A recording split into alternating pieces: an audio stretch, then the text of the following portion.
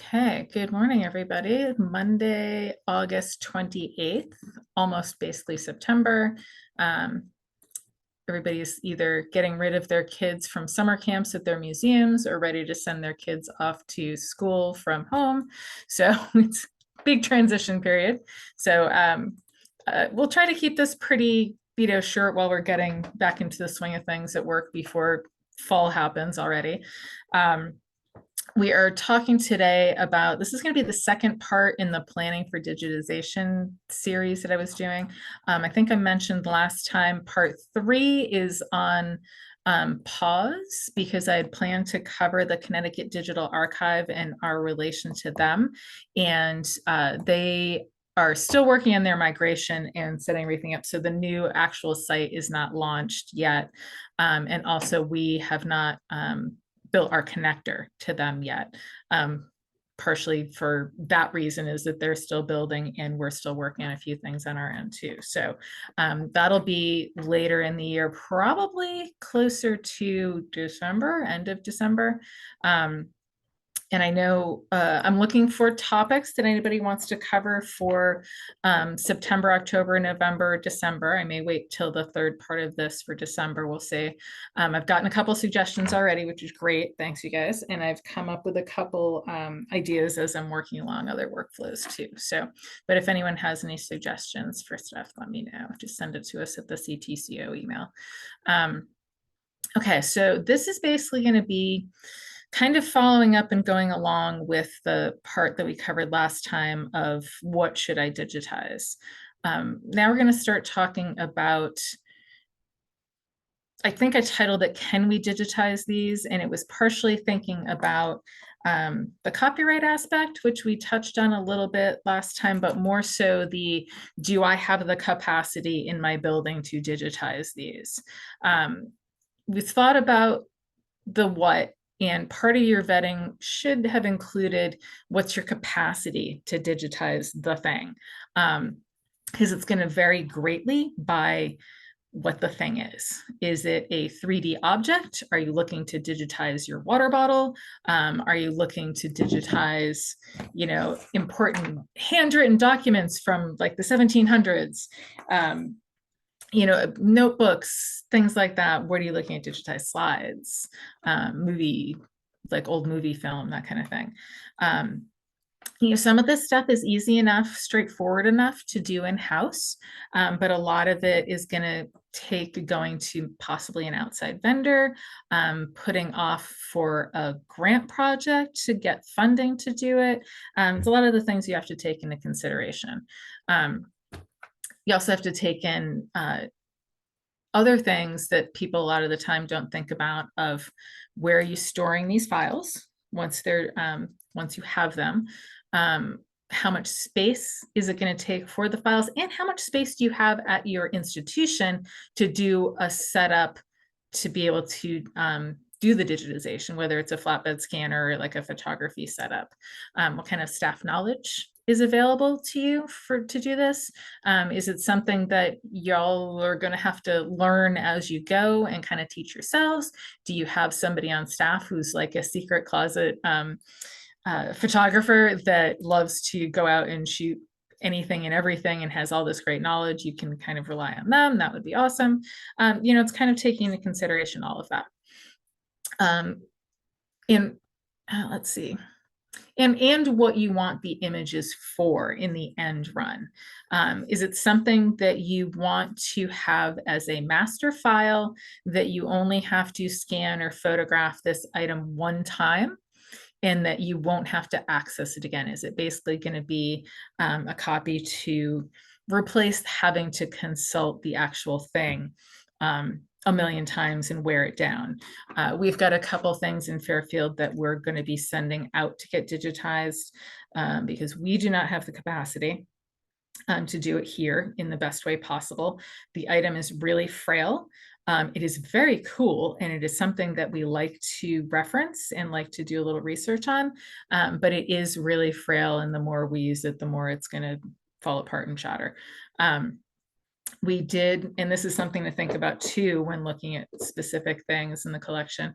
We actually have an outside group that's willing to give us money towards the digitization of this thing, because it's something that they would like to have access to as well and be able to use. So that's a good thing to think of. In this case, it's a church record book with a lot of records of births, baptisms, deaths, and that kind of thing. So it's got a lot of data in it that's really invaluable to, it was a genealogy group that's helping us out. So it's something that's really invaluable to them to be able to access. We're using any DCC. Rebecca just asked what the vendor is that we're using, if we can share. Yeah, it's actually any DCC that we're going to for this. I use different vendors depending on the thing. This is because it's like a journal book. It's pretty, I'd rather just send it to them. Partially also, I want to have them look at it and see if there's any conservation work we can have done on it while it's up there as well. Which is something to take into consideration. So they're going to be someone that's a little bit, probably a little bit more pricey than some other places, but in the case of protecting your item, you're going to know it's in safe hands. And so that's one of those things, taking into the consideration of the what you're digitizing. That's going to really speak to the steps that come next. Do you have the equipment in-house for this kind of thing? Do you have like a flatbed scanner? Will a flatbed scanner work for this? Is it something that you need an oversize scanner for? Like, what's the size of your scanner right now? Most of them are what, maybe 11 by 14 sometimes.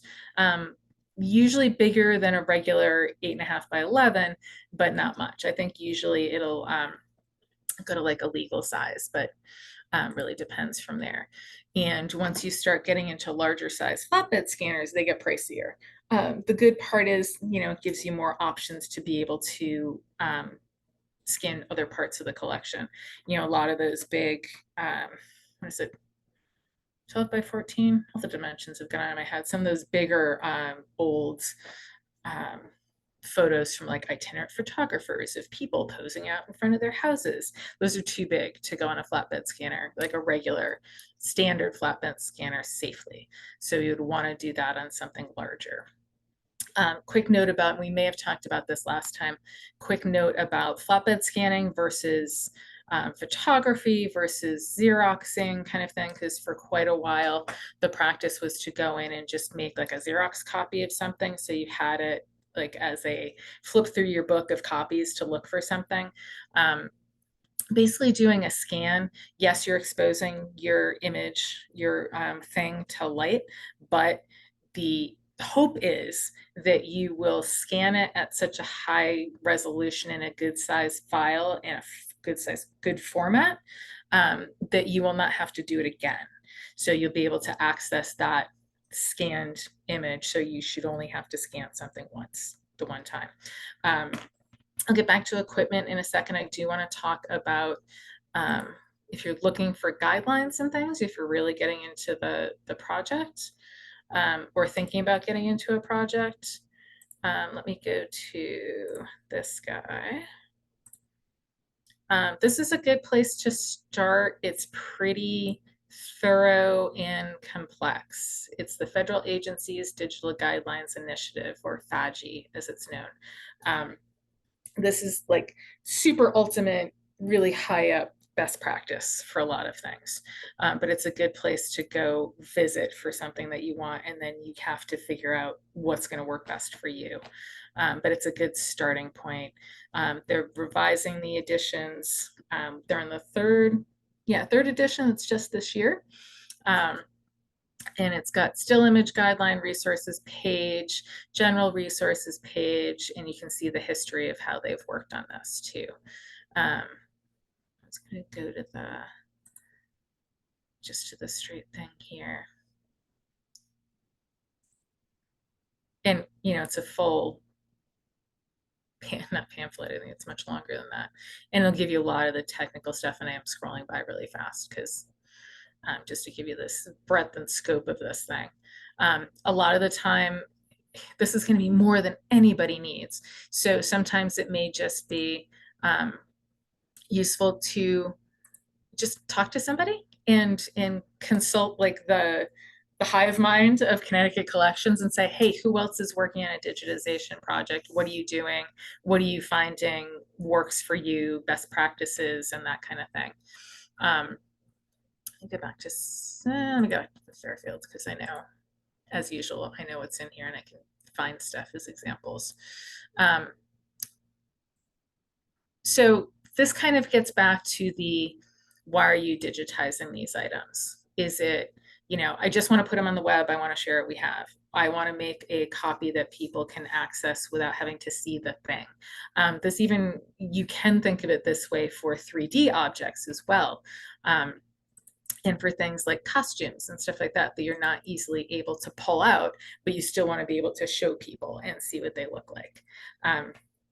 It's a good option for that, because trying to pull out, I will tell you, at my last museum, we have a ball gown that was worn at Lincoln's inauguration, and it's gorgeous. But because of that, but actually both of those things, it is gorgeous, but it's also in high demand, especially when people are coming out and be like, oh, we want to see it. Like, well, you can see it online. If you're coming in to study it, that's one thing.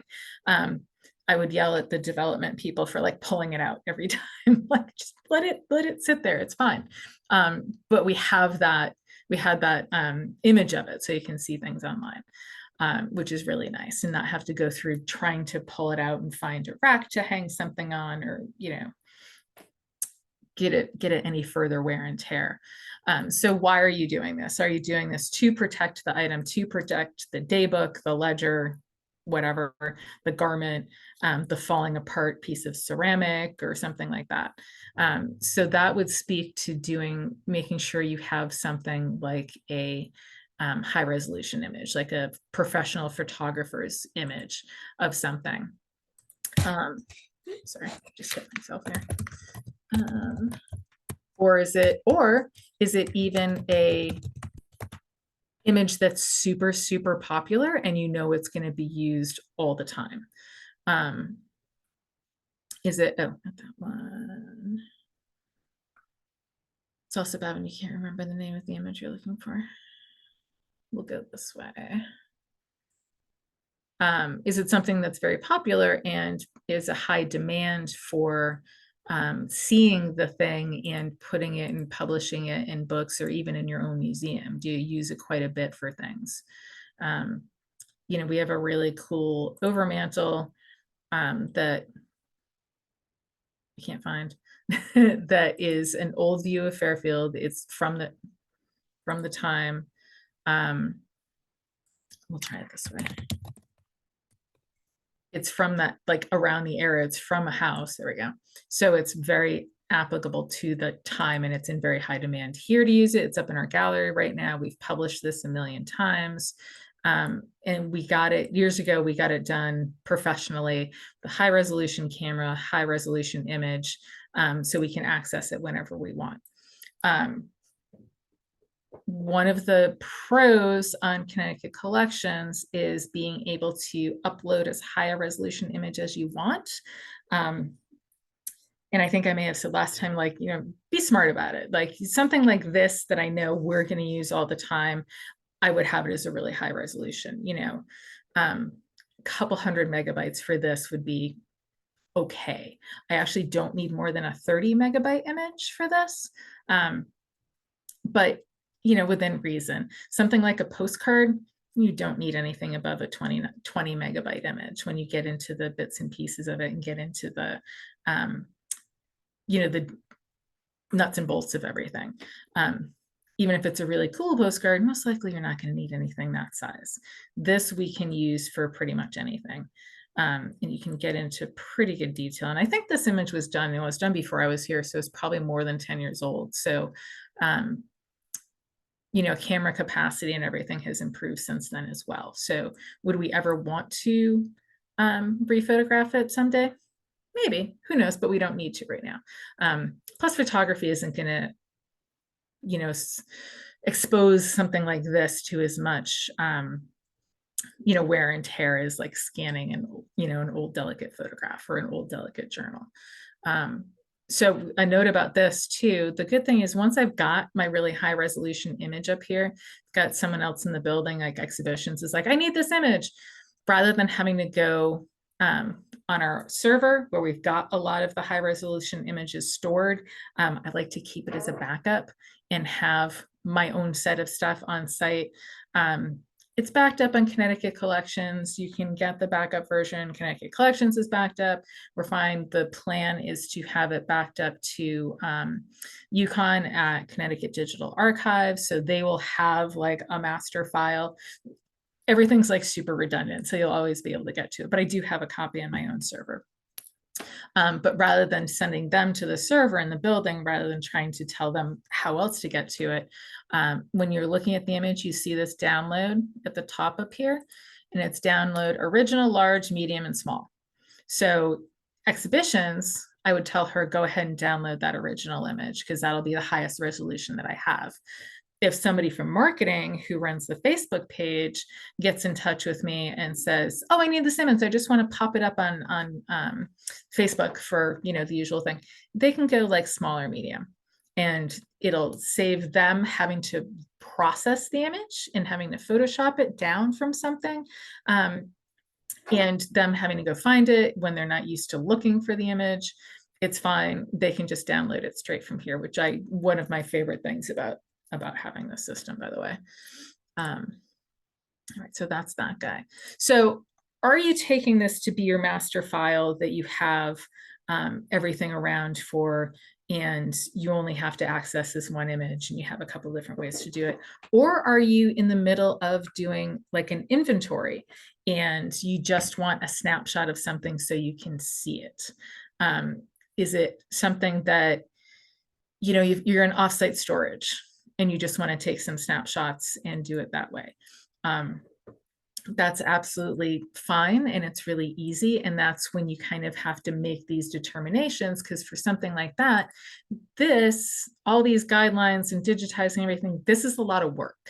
Back in the day, I probably said it at the last time as well. I remember people when we just started scanning material, like, oh, can't you just scan that?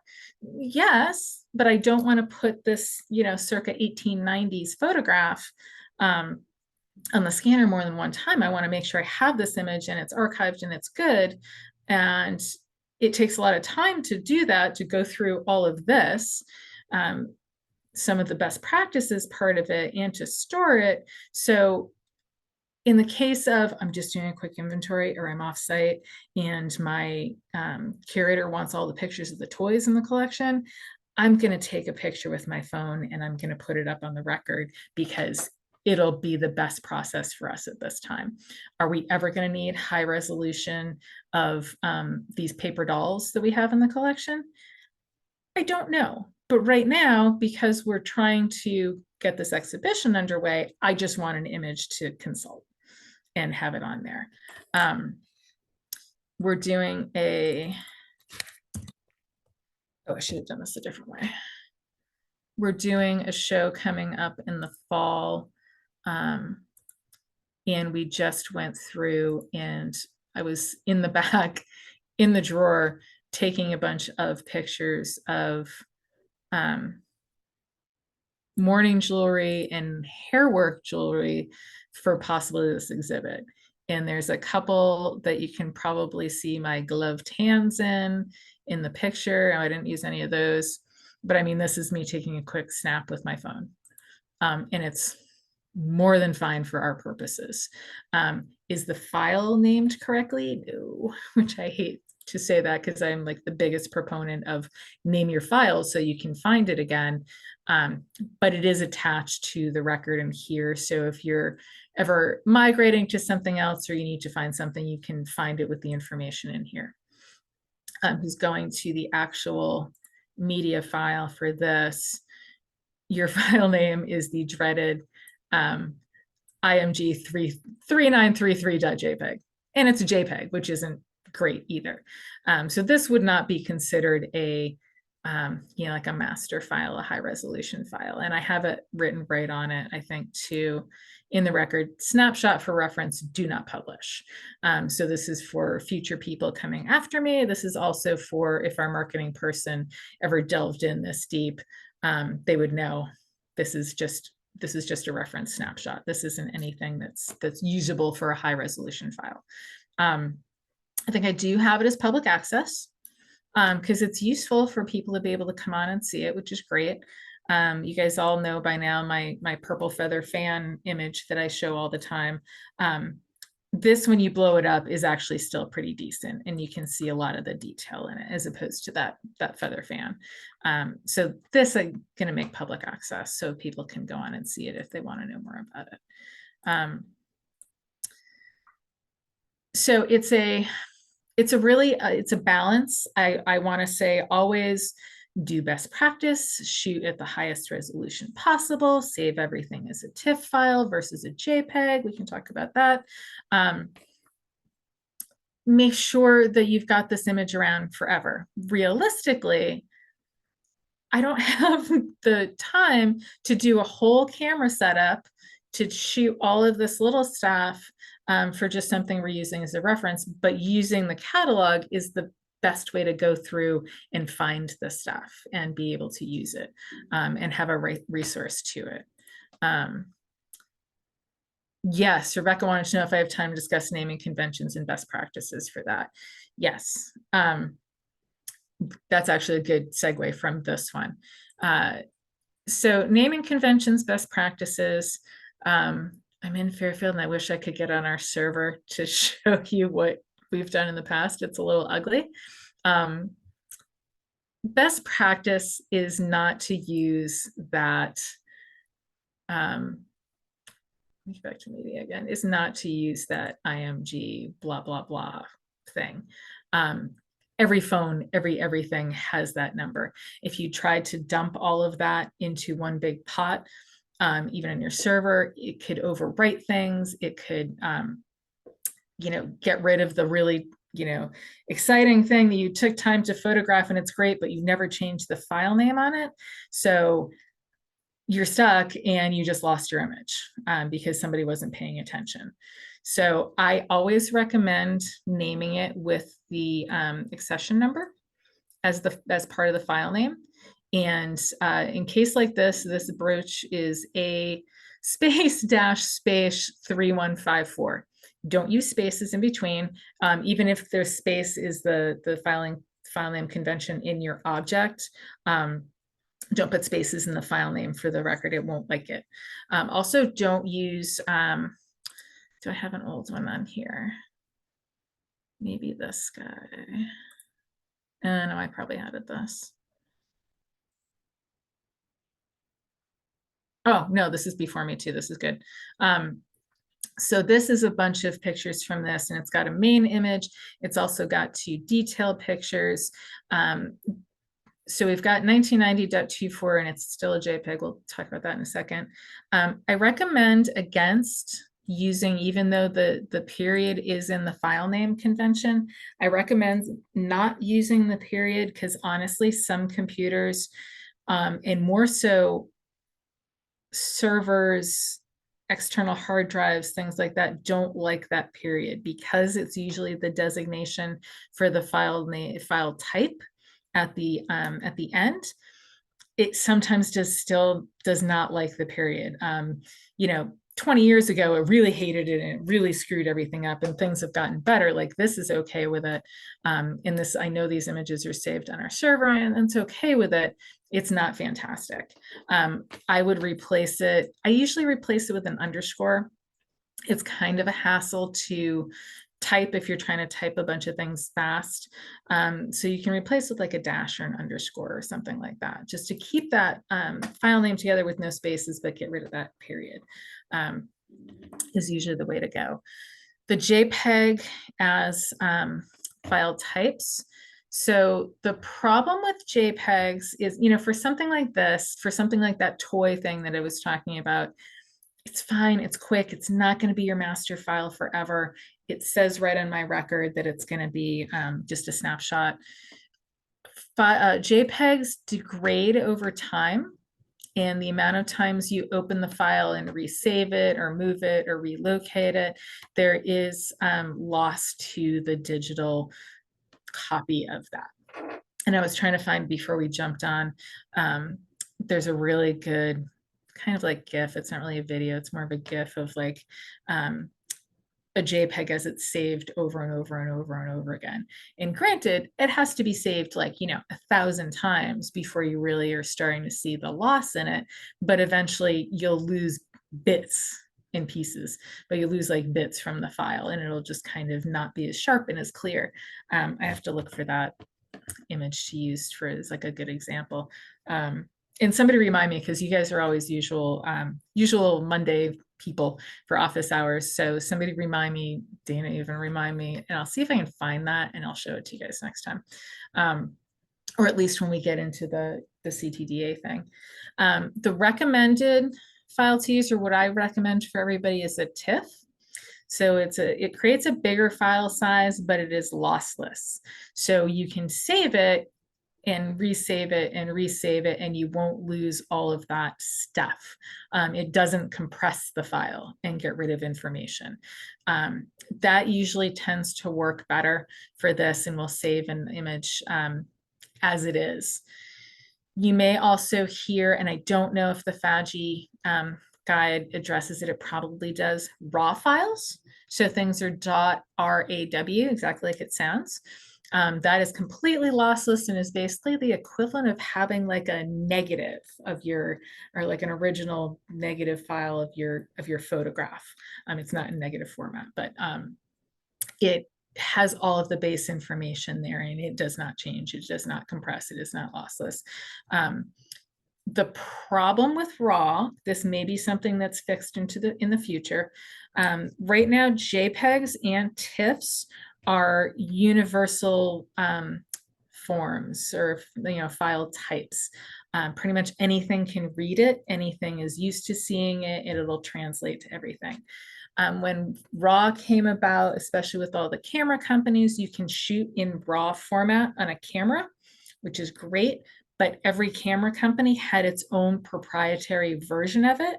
So if I shot a RAW photograph on a Nikon, I would have to translate that and have the software from Nikon to be able to see it and use it. If I had shot something on a Canon in RAW, I wouldn't be able to do anything unless I translated it with the Canon software for that format. There's a lot more out there now, and I haven't done anything with it in a few years. And I think like Photoshop is much better now about being able to read a lot of different file types.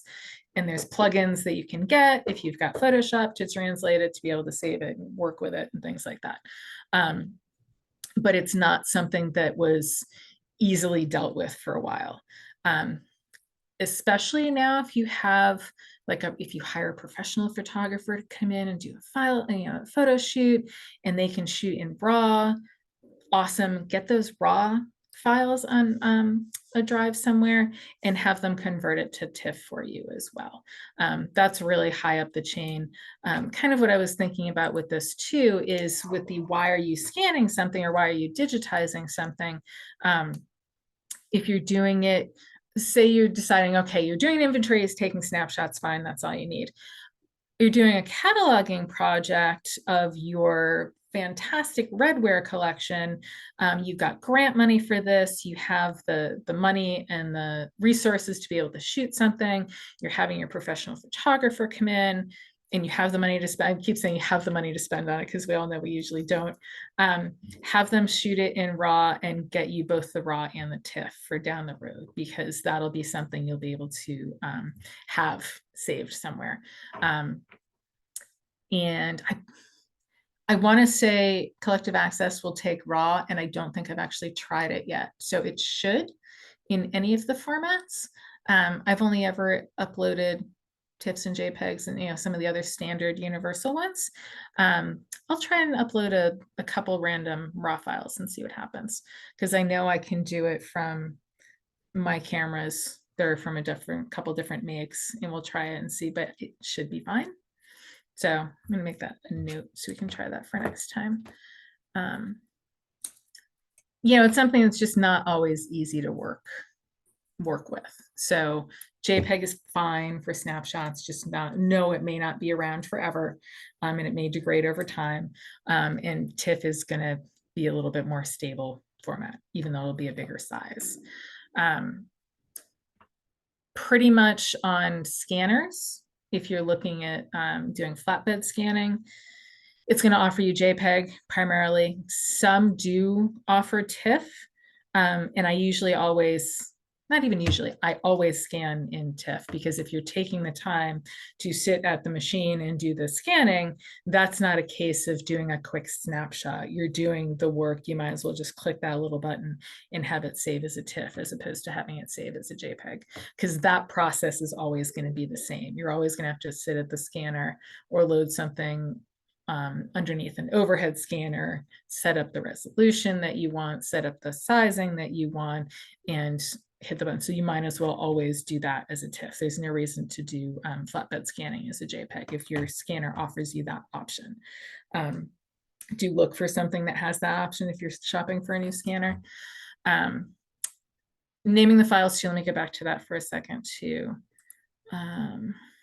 Look at this guy, because I don't remember. I was not here when we did it. So let me see what they named it. Okay, so this is full. This is more what I would want. I might have loaded this after the fact. So you've got the 1974 for the file name, _135, and then I wouldn't have put that little dot, but like frame cropped, just so it has something that says that it's, the frame is cropped out of it. You don't need to necessarily do something like that. It's handy to look at it really quick when you're looking at everything attached to the record. You'd be able to see it in the record anyway. And you could add a little note here, which I probably should just put in, that the frame is cropped out of it. What I do for stuff that has multiple images. I think my other favorite woman here. Let me find her, because I know we've got multiple pictures of her. We get a media for this lady. Oh, I didn't load all the images. So this is before me. Maybe it's Ruffled Cap Woman. We don't know this woman's name, so the easiest way to find her is usually ruffled, portrait of a ruffled cap. And she usually at my desk is like right over my head. So, there we go. I added her with a bunch of stuff. So a lot of the time, they're all over the place with this. You've got face, you've got the old number, and so you've got, the DSC that's going to possibly rewrite something over. It's not an easy way to find something. What I've done over the years is followed what a predecessor of mine had done, and I just add a little suffix to the name. So for her, if I was starting this from scratch and doing it, I would do the main image with the frame. She would be this is good, no spaces, A-1967. We used to do this master file kind of suffix to it, because we created a set of master files, thumbnail images, and like in between images. At the time, it probably would have been time saving, because everything's going into collective access and you can download. You don't need to do that anymore. And it was just taking up more space on our server. So we've kind of gotten rid of that. So I would have called her that and just .tiff without the end.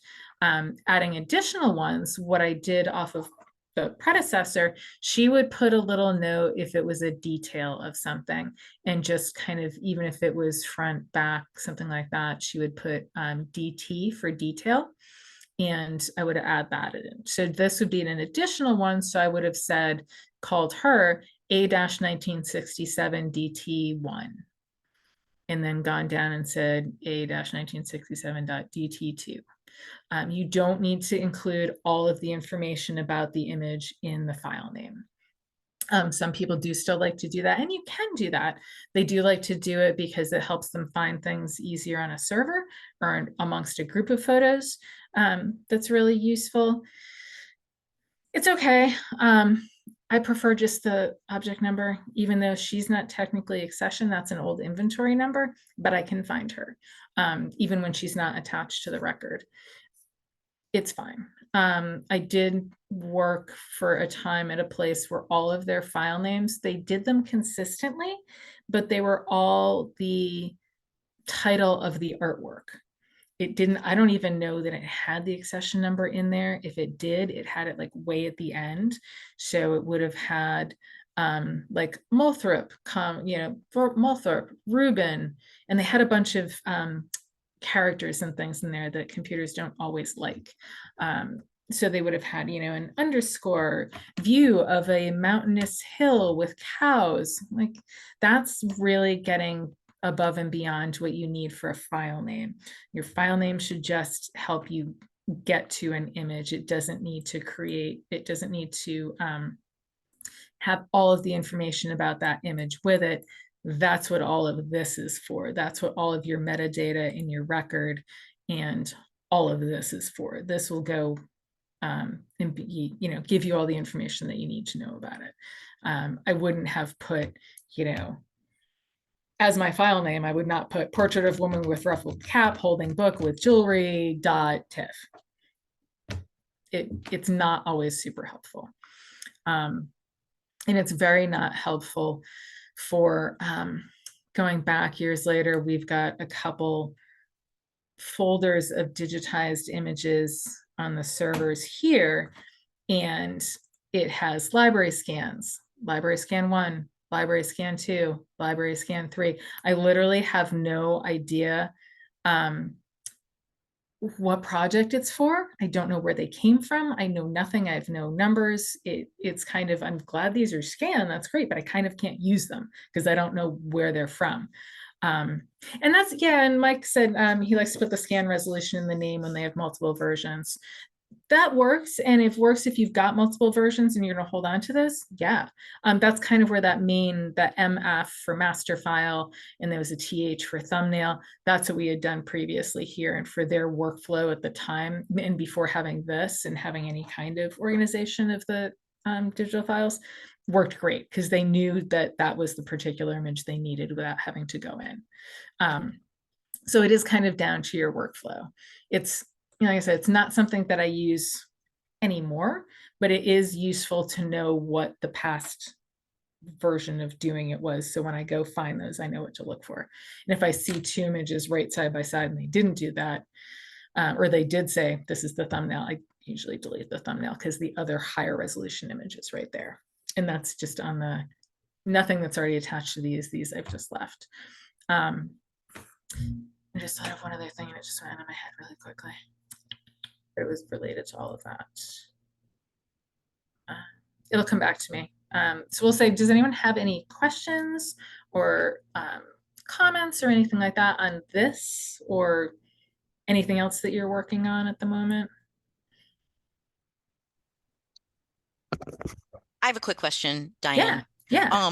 So as you know, we're doing a huge deaccessioning project at the Prudence Crandall Museum. Right. Nothing's got pictures, and right now it's just books. Oh, okay. Yeah. So basically, I'm just taking a photo with my camera of my phone, and so it's a JPEG. I'm attaching it because I know even though it's going to still be there, it's kind of go away in theory. Right. Good enough, you think, or should I go back and kind of fix things a little bit? Honestly, for something that it's part of a deaccession project and you just want kind of a record of it, it's totally fine. Cool. I would go with it being totally fine. That's what I was kind of thinking, but I'm just double checking. As long as you can see it, yeah, I think it's fine. Cool. Like my other good example is my eel trap from here that I took with my phone that's on top of a ladder from being on top of another ladder across the way. And you can see it and it's fine. This is actually one of our things. I would love to do a better photo shoot of this, but honestly, just for reference purposes, I mean, it's pretty good. Yeah. Okay. I can almost read the label. Yeah. So cool. Yeah, especially if it's something that you're just doing for your deaccessioning and it's going to go away, but you want a record of it. Yeah. Cool. Thank you. Yeah, it's going to save you time. And honestly, what I was doing the other day for the and it pains me to not change the file names on it, but I was attaching them directly from my phone to the records with those hair jewelry things. So if no one's done it yet, you can go on to Connecticut Collections on your phone and go to the record and attach the picture from your phone. I heard about that. Marianne Curling told me about that, and I have not done it yet, which would be really helpful. So It's I will figure that out. having dealt with all these other ones and like the whole process of it from the beginning when it was more complex and didn't have this ability to do it, it's glorious. Because that's what I did with this one. With like you can see, that's what I did with the eel trap one. Is I just straight like put it up from there. It's fantastic, especially when I'm off site. Sometimes I don't have time. And the other day I said, I was waiting for somebody to come in and be like, why are you playing on your phone? Because I was cropping the images on my phone because as phones have gotten better, Mhm. it lets you crop things better. It lets you resize, like zoom in and out a little bit better.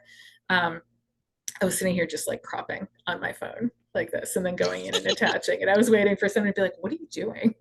No, I'm working. Seriously, I'm working. Oh, that's awesome. So Okay, yeah, cool. it's great. There's also another really cool thing that you can. I can't remember if it's called silhouetting or floating, but you can pull the main object out from something. Oh, where's the dress? I don't know if I'll be able to find it easily. That you can pull the main object out of the photo if you've got like a really bad background or something. And it is really good. I mean, just for reference purposes, it works great. Let me try this one because I know I took one and attached. Oh, this. See, she looks pretty cute, right? It's just you can see the dress. Maybe if she comes in. There we go. I mean, it's not great because it's got all these little bits and pieces. I could Photoshop it out if I wanted to, but just for purposes of kind of being able to see that um, in a lineup of things, it's pretty good. And that was just using the phone and using that, like pulling the image out thing. I think this one, does it stay white? No, it goes to the black background too. If you have something black, it may not work as easily. But she was in front of like a row of books in the library with a bunch of other stuff around. So all of that distracting stuff is gone and you can just see the dress. And if we ever, and I, she was dressed and she was gorgeous and she's on a mannequin and I didn't want to just take it apart and not have some record of, so you could see what she was supposed to look like. So we should do a whole like session and like group on that of how to do it. I don't know if you can do it with Androids or one of the other ones. I would imagine you can, because I feel like I've seen commercials on it. Um, but that's kind of handy too. Oh yeah, so I have her here. It's a really bad shot. It was okay. You can kind of get the idea from previous, but in my mind, she was dressed much better in this image. So that's my primary for her now. So still kind of a documentation snapshot, but oh, and me not changing the file name. Oh, it turns it into a PNG file too, which is interesting. So, any questions from anybody else at the moment on this or anything else? I have a question about changing storage locations for an object. Sure. I don't know. I think it's not that complex, but for some reason I wasn't able to do it. And I'm sure there's like a very simple thing I'm missing. There's never any bad storage location questions because honestly, the storage locations is like the hardest, fussiest part of this whole system. So once you get that, you're fine. But it is fussy. It's not just you. What was your dilemma? So I just wanted to change, I don't know, from Bay A to Bay B or from Mm-hmm. shelf 1 to shelf 2, something like that, where I'd moved it. And so I went back and wanted to change what shelf I had it on. Yeah. But for some reason, it wasn't saving the new location. It just kept showing what it was before. Oh, okay. Save a bunch of times.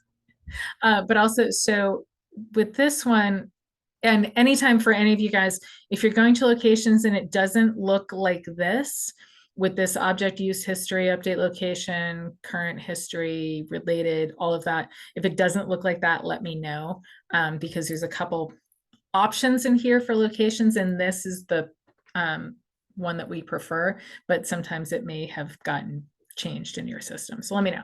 So if you just wanted to update your location, there's 2 ways of doing it.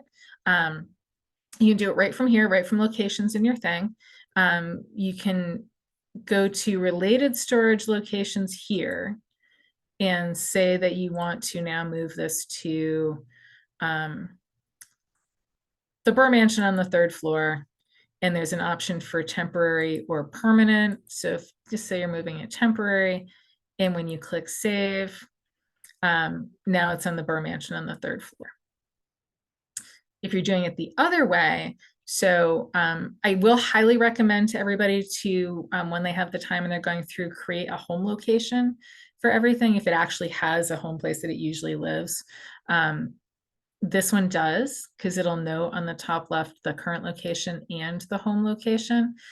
So if you hit return to home location, it'll say, oh, when did you do this? You can like leave it as now. You should be able to change the date and say you moved it this date and click save. And it should go back to the home location. No, it doesn't on this one. Sometimes you have to do it twice. I don't know why. I'm leaving it as now just for less typing. Now it's back in its home location. Sometimes you do have to do it twice with home location. They don't know why. So if it doesn't take the first time, do it again. They're actually, one of the big updates to the whole system right now is some location changes. So hopefully that'll get taken care of. I'm not sure. So it may change a little bit as you're going. So is it something like that that you're trying to move, or were you actually trying to move the location? No, I think what I was doing was I was trying to use the update location rather than related storage locations, and it was not going. Not doing anything. Yeah.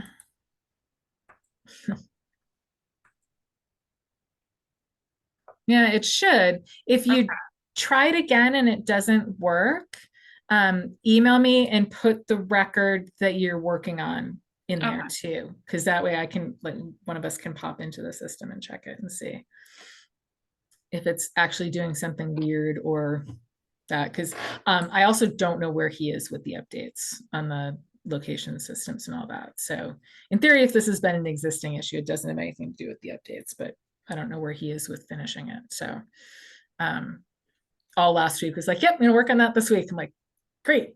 And I haven't heard from him yet, so it's fine. I'll send all you guys a thing. Yeah, so if you keep having problems, let me know.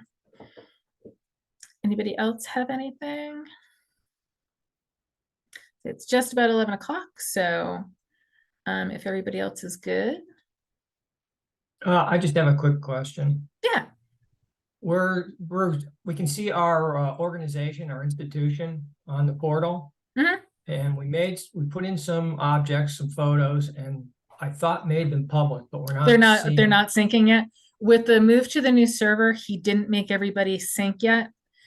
He was holding off on that until everything was shaking out with the new server. So some folks have not been syncing. I will add you to the list of people who are not syncing and let them know. Okay, I just want to make sure it wasn't me doing the usual stupid stuff. No, probably not you. Probably just not syncing yet. I just want to be done with all the upgrades and all the server move and everything and have everything like be working perfectly. Yeah, we'll find that. I'll put you guys on the list, because we've had a couple of people who are like, I'm not public yet. Where's my stuff? Yeah, you're not syncing. So I forget why he said he didn't turn that part on yet, but it was something with the new server wanting to shake it out and run it through its paces. But that should be everything that's part of the system updates this week. So I will find out for you. Thanks. Yeah, no problem. Anybody else? Or are we all good? I'm actually gonna stop recording.